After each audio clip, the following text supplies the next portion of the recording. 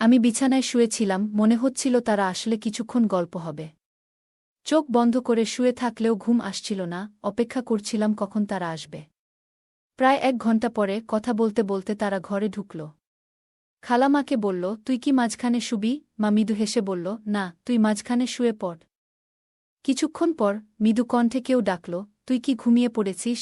আমি চুপচাপ রইলাম, আর কিছু না বলেই, আজকের গল্পটা অনেক বেশি স্পেশাল, তাই কেউ মিস করো না। দয়া করে গল্পগুলো ভালো লাগলে ভিডিওটি লাইক, শেয়ার এবং চ্যানেলটি সাবস্ক্রাইবই করো প্লিজ। আমার নাম কুনাল। বেশ কিছুদিন ধরে আমার খালার বাড়ি যাওয়ার সুযোগ হয়নি। খালা মাঝে মাঝে ফোন করতেন, কিন্তু সেই সময় আমি আমার মাস্টার্স ডিগ্রির ফাইনাল পরীক্ষার প্রস্তুতিতে খুব ব্যস্ত ছিলাম। এখন পরীক্ষার ফলও বেরিয়ে গেছে এবং আমি একটা ভালো চাকরির সন্ধানে আছি। তবে খালার সাথে কাটানো মধুর মুহূর্তগুলো এখনও আমার মনে গেঁথে আছে। আমি প্রায়ই ভাবি খালার সাথে দেখা করার জন্য আবার কখনো যাব। কারণ খালা আমাকে অনেক ভালোবাসে। খালা দেখতে অনেক সুন্দর ছিলেন। তিনি একটু স্বাস্থ্যবান হওয়ায় তাকে আরও সুন্দর লাগে। তার হাতের রান্না করা খাবার খেয়ে কিছুদিন কাটানোর ইচ্ছায় আমি ঠিক করলাম যে এবার খালার বাড়িতে গিয়ে কিছুদিন থাকব। খালার সাথে অনেক সময় কাটাবো, অনেক গল্প করব। কারণ অনেক দিন থেকে খালার সাথে দেখা হয় না। অবশেষে আমার ইচ্ছা পূরণ হল। একদিন আমার খালা ফোন করলেন আর মাকে বললেন, তুমি আর কুনাল 5 দিনের জন্য আমাদের এখানে চলে এসো। তোমার জামাইজি 7 দিনের জন্য শহরের বাইরে যাচ্ছেন। অনেক দিন থেকে তোমাদের সাথে দেখা হয় না। এই সুযোগে আমরা কয়েকটা দিন মজা করে কাটাতে পারব। কালকেই চলে এসো, আমি অপেক্ষা করছি। মা ফোন স্পিকারে রেখেছিলেন যাতে আমি কথাগুলো শুনতে পারি। আমার মায়ের নাম লিজা আর খালার নাম তানিয়া। সব কথা শুনে মা বললেন, ঠিক আছে তানিয়া, আমরা কালকেই আসছি। এরপর মা ফোনটা রেখে দিলেন। ফেব্রুয়ারি মাস ছিল, তাই বেশ ঠান্ডা পড়ছিল। মা বললেন, কুনাল, আমরা সকাল 11টার দিকে বেরোব, যাতে ঠান্ডা একটু কম লাগে। তবে আমরা বাইকেই যাব। আমি মাকে হ্যাঁ বলে দিলাম। এরপর মা বললেন, আমি আমাদের দুজনের কাপড়গুলো গুছিয়ে নিচ্ছি। তারপর মা তার ঘরে চলে গেলেন। আমিও আমার ঘরে গিয়ে বিছানায় শুয়ে পড়লাম। বিছানায় শুয়ে ভাবছিলাম, যদি খালামাকে সব কিছু বলে দেয় আগের দিনের কথা, তাহলে কি হবে?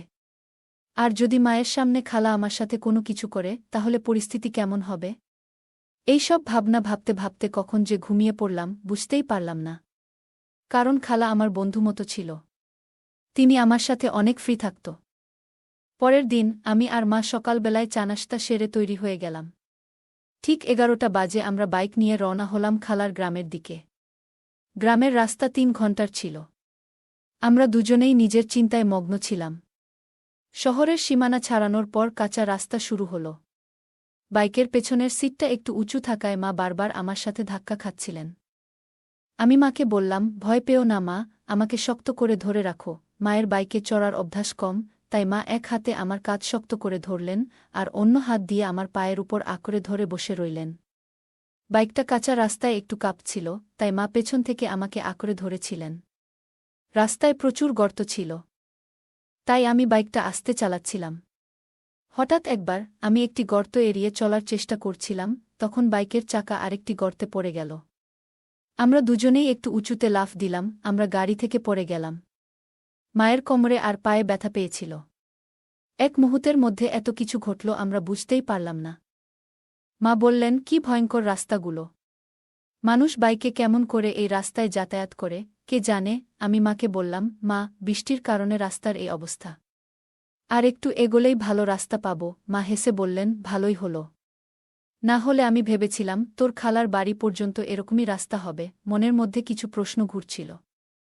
যেমন, মা কি আসলেই সব কিছু বুঝেছেন? আর যদি বুঝেও থাকেন, তাহলে তিনি কেন হাত ছাড়লেন না, বরং আরও শক্ত করে ধরলেন? এসব ভাবতে ভাবতে আমরা গ্রামের কাছে পৌঁছে গেলাম। অবশেষে দুপুর 2টার দিকে আমরা খালার বাড়িতে পৌঁছে গেলাম। 15 মিনিট হয়ে গিয়েছিল। বাইকের শব্দ শুনে খালা উঠোনে এসে হাজির হলেন। আমাদের দেখে তার মুখে খুশির ঝিলিক ফুটল। তিনি তৎক্ষণাৎ মাকে জড়িয়ে ধরলেন, মাও তাকে শক্ত করে আলিঙ্গন করলেন। দুজনেই একে অপরের খবরাখবর নিতে ব্যস্ত হয়ে পড়লেন। অনেক দিন পর তাদের দেখা হল। তারপর মা বাড়ির ভেতরে চলে গেলেন। এরপর খালা আমাকে জড়িয়ে ধরে বললেন, কি রে দুষ্টু, এত দিন হয়ে গেল, আসার নাম নেই। আর হ্যাঁ, তুই এত সাজগোজ করে কেমন করে এলি? এবার তোর মাকে সব বলতেই হবে, আর তোর বিয়ের কোথাও বলতে হবে, যাতে তাড়াতাড়ি তোর বিয়ে দেয়া যায়। আমি একটু দূরে সরে গিয়ে বললাম, কি বলছো খালা, এসব কি? খালা হেসে বাড়ির ভেতরে চলে গেলেন, আর আমি বাইক থেকে ব্যাগ নিয়ে ভেতরে ঢুকে পড়লাম। মা আর খালা তখন রান্নাঘরে গল্প করছিলেন। আমি ব্যাগ রেখে ফ্রেশ হতে চলে গেলাম। ফ্রেশ হয়ে কাপড় বদলানোর পর বড় ঘরে গিয়ে বসলাম। এদিকে মা আর খালা ডাইনিং টেবিলে খাবারের প্লেট সাজাচ্ছিলেন। হঠাৎ খালা আমাকে ডেকে বললেন, এসো, খেতে বসো। আমি তাদের সাথে বসে খাবার খেতে শুরু করলাম। খাওয়ার সময় বিভিন্ন বিষয় নিয়ে কথা হচ্ছিল। সবার সঙ্গে মজা করতে করতে খাওয়া শেষ হল। তখন মা বললেন, তানিয়া, কি বলবো তোকে? রাস্তা এতটাই খারাপ ছিল যে বাইকে ধাক্কা খেতে খেতে আমার কোমর আর শরীর ব্যথা হয়ে গেছে। পুরো শরীরটাই যেন ব্যথায় ভরে গেছে। এখন তুই কিছু কর, আমি বেশ অসুস্থ হয়ে পড়ছি। এ কথা শুনে খালা বললেন, কোনো চিন্তা করিস না, কুনাল খুব ভালো মালিশ করে। একবার আমারও শরীর খুব ব্যথা করছিল, তখন ওই আমাকে মালিশ করেছিল। তারপরে আমার পুরো শরীর একদম হালকা লাগছিল। এত কথা বলে খালা আমাকে চোখ মেরে বললেন, কুনাল, তোর মায়ের শরীরটা ব্যথা করছে, মালিশ করে দিস, পরে আরাম পাবে। আমি সম্মতি জানিয়ে ঘরে চলে গেলাম, কিন্তু মনে মনে একটা প্রশ্ন ঘুরতে লাগল, খালা কেন বললেন যে আমি ভালো মালিশ করি?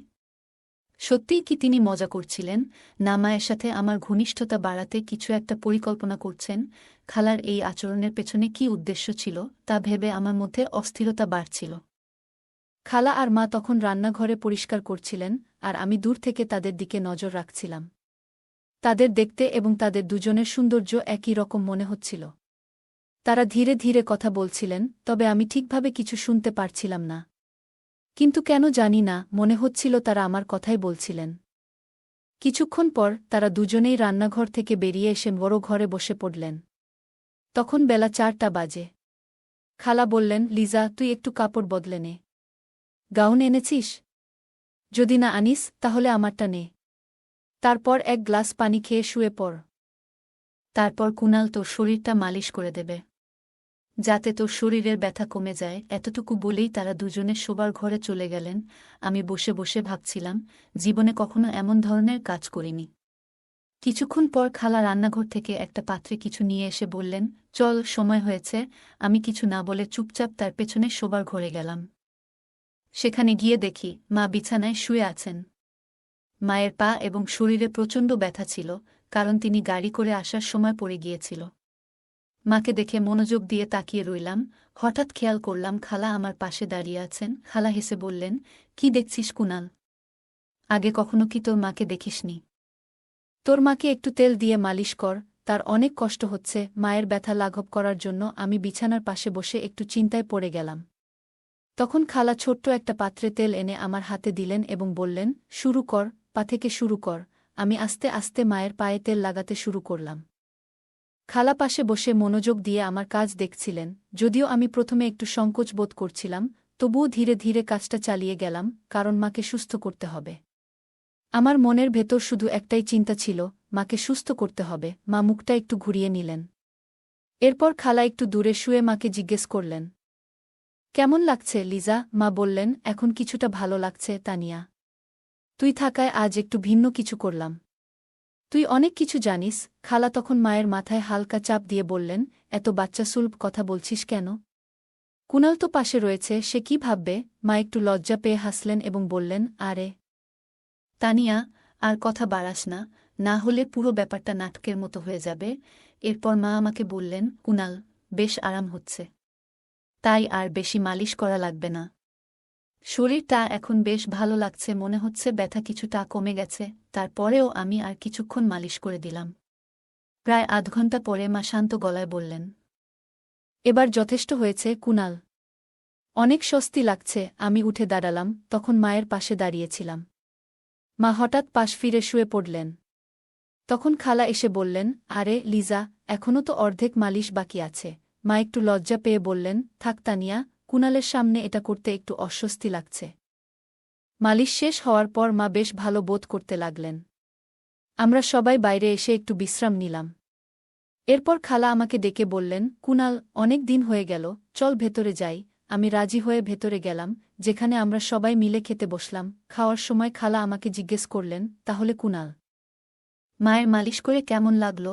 আমি হেসে বললাম, প্রথমে একটু অস্বস্তি হচ্ছিল, কিন্তু তোমার কথায় সাহস করে করলাম। খালা হেসে বললেন, দেখেছ, মা এখন অনেকটা ভালো আছে। আমি বললাম, হ্যাঁ, এটা তোমার কারণেই সম্ভব হয়েছে। খালা হেসে বললেন, তাহলে পরের বার আরও ভালোভাবে একটু মালিশ করে দিস, যাতে তার ব্যথা দ্রুত সেরে যায়, পারবি তো? আমি মৃদু হেসে বললাম, ঠিক আছে। আমিও চাই যে মা দ্রুত সুস্থ হয়ে উঠুক। খালা তখন শান্ত স্বরে বললেন, চিন্তা করিস না। আমার চোখ হঠাৎ আলমারির আয়নার দিকে চলে গেল। দেখি দরজার কাছে মা দাঁড়িয়ে আছেন, তবে খালা সেটা খেয়াল করেননি। আমি ভান করলাম যেন কিছুই দেখিনি। আবার আয়নার দিকে তাকাতেই দেখি মা আমাদের দিকে তাকিয়ে আছেন। কিছুক্ষণ পর আবার তাকালাম, মা তখন আর সেখানে নেই। খালা আমাকে জিজ্ঞেস করলেন, কি হলো কুনাল? আমি বললাম, মা কিছুক্ষণ আগে এখানে এসে দাঁড়িয়েছিলেন। এটা শুনে খালা হেসে বললেন, দারুণ, তাহলে সব ঠিকঠাক চলছে। এখন লিজা নিজেই আসবে। এরপর আমরা দুজনেই উঠে নিজেকে ফ্রেশ করে নিলাম। তখন বিকেল 4টা। আমি আর খালা দুজনেই প্রস্তুত হচ্ছি। আমি বললাম, খালা, আমি একটু বাইরে ঘুরে আসি। খালা বললেন, ঠিক আছে, কিন্তু তার আগে চা বানিয়ে দিই, তারপর যাস। আমরা ঘরে ফিরলাম, তখন দেখি মাও ফ্রেশ হয়ে বসে আছেন। খালা মাকে বললেন, লিজা, বসো, আমি চা বানিয়ে আনি, তোমার ভালো লাগবে। এখন আবহাওয়াও বেশ ঠান্ডা। মা হেসে বললেন, হ্যাঁ তানিয়া, চা বানাও। একটু গরম চা এখন ভালোই হবে। তবে তোমার কি ঠান্ডা লাগে না? মায়ের গলায় একটু মজার সুর ছিল। খালা বুঝে গেলেন মা কেন এমন বলছেন, তবে তিনি হাসি দিয়ে উত্তর দিলেন, আরে লিজা, আমাদের তো ঠান্ডায় অভ্যেস হয়ে গেছে। তোর শহরে কি আর এমন ঠান্ডা হয়? ঠিক আছে, আমি চা বানিয়ে আনি। তারপর খালা রান্নাঘরে গিয়ে চা বানিয়ে আনলেন, আর আমরা তিনজনে একসঙ্গে বসে চা খেলাম। চা খাওয়ার পর আমি বললাম, মা, আমি একটু বাইরে ঘুরতে যাচ্ছি। মা বললেন, হ্যাঁ, যা, একটু ঘুরে আয়। তোরও হয়তো গরম লাগছে, তবে বেশি দেরি করিস না, তাড়াতাড়ি ফিরে আয়। আমি মাথা নেড়ে বাইরে বেরিয়ে গেলাম। হাঁটতে হাঁটতে নদীর ধারে চলে গেলাম। মনটা একদম শান্ত হয়ে গেল। একটা সুন্দর, শান্তিপূর্ণ প্রাকৃতিক পরিবেশে বসেছিলাম। ঠান্ডা বাতাস আমার শরীরে লাগছিল, আর আমি নানা বিষয়ে চিন্তা করছিলাম। কিছু দিন আগের ঘটনাগুলো ভাবাচ্ছিল। খালা আর আমি যা কিছু কথা শেয়ার করেছি, হয়তো মা কিছু জানে, কিন্তু মা কিছু বলেনি। সবকিছু যেন স্বাভাবিকভাবেই চলছিল। মাথায় একের পর এক প্রশ্ন ঘুরছিল। মা কি সত্যিই কিছু টের পেয়েছে, নাকি সব কিছু ঠিক আছে ভাবছে? এই সব চিন্তা নিয়ে কিছুক্ষণ বসে থাকার পর আমি উঠে দাঁড়ালাম। তখন বাইরে অন্ধকার ঘনিয়ে আসছিল, আর ঠান্ডা বাতাস আরও বাড়ছিল। ধীরে ধীরে বাড়ির পথে রওনা হলাম। বাড়ি পৌঁছাতে রাত প্রায় 8টা বেজে গেল। ভেতরে ঢুকে দেখি মা আর খালা রান্নাঘরে রাতের খাবার তৈরি করছেন। আমাকে দেখে মা মিষ্টি গলায় বললেন, আয় কুনাল, আগে গরম পানিতে হাত মুখ ধুয়ে নে, তারপর খেতে বসবি। প্রায় রাত 9টা নাগাদ আমরা সবাই একসঙ্গে খেতে বসলাম। খেতে খেতে আমি বললাম, খালা, এখানে ঠান্ডাটা অনেক বেশি।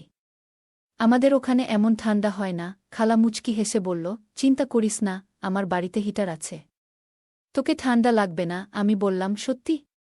তাহলে ঠিক আছে, আজ একটু আগে ঘুমাবো, বেশ ক্লান্ত লাগছে। খালার কথা শুনে মা মজা করে বলল, তুই এত ছোট, তোর আবার কি ক্লান্তি? খালা হেসে বলল, আরে লিজা, এত পথ পাড়ি দিয়ে এসেছে, তার উপর রাস্তার এমন অবস্থা। মা আর কিছু বলল না। আমরা সবাই মিলে গল্প করতে করতে খাওয়া শেষ করলাম। তারপর মা আর খালা রান্নাঘর পরিষ্কার করতে ব্যস্ত হয়ে পড়ল, আর আমি উঠলাম একটু বাইরে হাঁটতে। কিছুক্ষণ পর আমি শোবার ঘরে গেলাম। ঘরটি আগে থেকেই গোছানো ছিল। বিছানায় একটি বড় কম্বল পাতা ছিল, যা দুজনের জন্য যথেষ্ট। আমি কাপড় পরিবর্তন করে কম্বলের নিচে ঢুকে শুয়ে পড়লাম এবং দেওয়ালের দিকে মুখ করে চোখ বন্ধ করলাম। জানতাম অন্যরা রান্নার কাজ শেষ করে আসবে, তবে তখনও অনেক চিন্তা মাথায় ঘুরছিল। আমি বিছানায় শুয়েছিলাম, মনে হচ্ছিল যে তারা এলে গল্প হবে। যদিও চোখ বন্ধ করে শুয়েছিলাম, ঘুম আসছিল না। তাদের আসার জন্য অপেক্ষা করতে লাগলাম। প্রায় 1 ঘণ্টা পরে কথা বলতে বলতে তারা ঘরে ঢুকল। খালা মাকে বলল, তুই কি মাঝখানে শুবি? মা হেসে উত্তর দিল, না, তুই শুইস না মাঝখানে। এই কথোপকথন চলতে থাকল, আর আমি চুপচাপ শুয়ে রইলাম। আমি শুয়ে থাকার ভান করছিলাম, ওদের কথোপকথন শুনতে শুনতে। কিছুক্ষণ পর ঘরটা একদম শান্ত হয়ে গেল।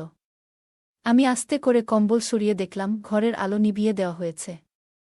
মনে একটু স্বস্তি পেলাম, কারণ সবাই ঘুমিয়ে পড়েছে মনে হল। প্রায় 2 মিনিট এভাবে কেটে গেল, কিন্তু কোনো আওয়াজ শুনতে পাচ্ছিলাম না। আমি একটু সরে গিয়ে অন্যদিকে মুখ করে শুয়ে পড়লাম, কারণ নানা চিন্তা মাথায় ঘুরছিল। ভাবছিলাম, আমার নড়াচড়া কেউ লক্ষ্য করল কি? মা কি কিছু বুঝতে পারছেন? সব কি ঠিক আছে? ঠিক তখনই একজন মৃদু কণ্ঠে ডাকল, তুই ঘুমিয়ে পড়েছিস? তার স্বরে স্নেহের পরশ ছিল। আমি চুপচাপ রইলাম, যেন ঘুমিয়ে আছি। কিন্তু ভেতরে ভেতরে অস্থিরতা বাড়ছিল। তারপর বলল, ভালো করে ঘুমিয়ে পড়, সকালে সব কথা হবে। তার কথায় মনে অনেকটা শান্তি এলো, এবং ধীরে ধীরে আমি ঘুমিয়ে পড়লাম। ঠিক তখন মা বললেন, এখন ঘুমিয়ে পড়ো, রাত অনেক হয়েছে। তার গলায় ক্লান্তির সুর ছিল। সবাই নিজের জায়গায় ফিরে গিয়ে শুয়ে পড়ল। মায়ের কণ্ঠে এমন কিছু ছিল যা আমাকে মানসিকভাবে শান্ত করেছিল। কিছুক্ষণ শুয়ে থেকে অবশেষে ঘুমিয়ে পড়লাম। সকালে ঘুম ভেঙে দেখি মা আগেই উঠেছেন। তিনি রান্নাঘরে চা তৈরি করছিলেন, আর পাশে অন্যজন বসেছিলেন। ঘরের পরিবেশটা একটু অন্যরকম লাগছিল। মা আমাকে দেখে মৃদু হেসে বললেন, চা খাবে? আমি মাথা নেড়ে সম্মতি জানালাম। তার হাসিতে ছিল অভিজ্ঞতা ও মমতা, যেন তিনি পুরো পরিস্থিতি বুঝে শান্তভাবে সবকিছু সামলাচ্ছেন। আমরা বেশ কয়েকদিন খালার বাড়িতে থাকলাম। খালার সাথে আমি আর মা অনেক হাসি ঠাট্টার মধ্যে দিন কাটিয়েছিলাম। অনেক জায়গায় ঘুরতেও গিয়েছিলাম। কিছুক্ষণ পরে মা খালার দিকে তাকিয়ে বললেন, আচ্ছা তানিয়া, আমাদের এখন চলে যাওয়া উচিত, অনেক কাজ বাকি আছে বাড়িতে। মা আর আমি যখন খালার বাড়ি থেকে বের হচ্ছিলাম, খালা হেসে বললেন, ঠিক আছে, তোমরা যাও। আমার স্বামীরও আসার সময় হয়েছে। বিদায়ের মুহূর্তে পুরো পরিবেশটা হালকা হয়ে গেল। আমি অনুভব করলাম মা কিছু না বলেও সবকিছু সুন্দরভাবে সামলে নিয়েছেন। মা আমার দিকে তাকিয়ে শান্ত স্বরে বললেন, কুনাল, জীবনে সবকিছুর একটা সীমা থাকে, আর সঠিক ভুলের পার্থক্য করা গুরুত্বপূর্ণ। তার কথাগুলো আমার মনে গভীরভাবে ছাপ ফেলল। সেই মুহূর্তে আমি সিদ্ধান্ত নিলাম, জীবনের প্রতি আমার দৃষ্টিভঙ্গি পরিবর্তন করব এবং নতুনভাবে জীবন শুরু করব। মায়ের ধৈর্যশীল ও শান্ত আচরণ আমাকে এমন এক শিক্ষা দিল, যা অন্যভাবে উপলব্ধি করা সম্ভব ছিল না। খালার বাড়ি থেকে বিদায় নিয়ে আমি মনে মনে প্রতিজ্ঞা করলাম যে আমার চিন্তাভাবনা ও কাজকে সঠিক পথে পরিচালিত করব। মায়ের স্নেহ, তার মনের গভীরতা এবং তার বলিষ্ঠ চিন্তাশক্তি আমাকে জীবনের নতুন দিশা দেখিয়েছে। আমি এখন ভবিষ্যতের দিকে আরও আত্মবিশ্বাস ও আশার সঙ্গে এগিয়ে যেতে প্রস্তুত। তার কিছুদিন পর আমার একটি ভালো চাকরি হয়। এখন আমি সব চিন্তা বাদ দিয়ে মন দিয়ে চাকরি করতে থাকি, আর আমার পরিবারের সব দায়িত্ব নেই। এখন আমার মা অনেক খুশি আমার উপর। গল্পটা কেমন লাগলো জানাতে ভুলবে না। আরও মজার মজার রোমান্টিক গল্প শুনতে চাইলে ভিডিওটি লাইক, শেয়ার এবং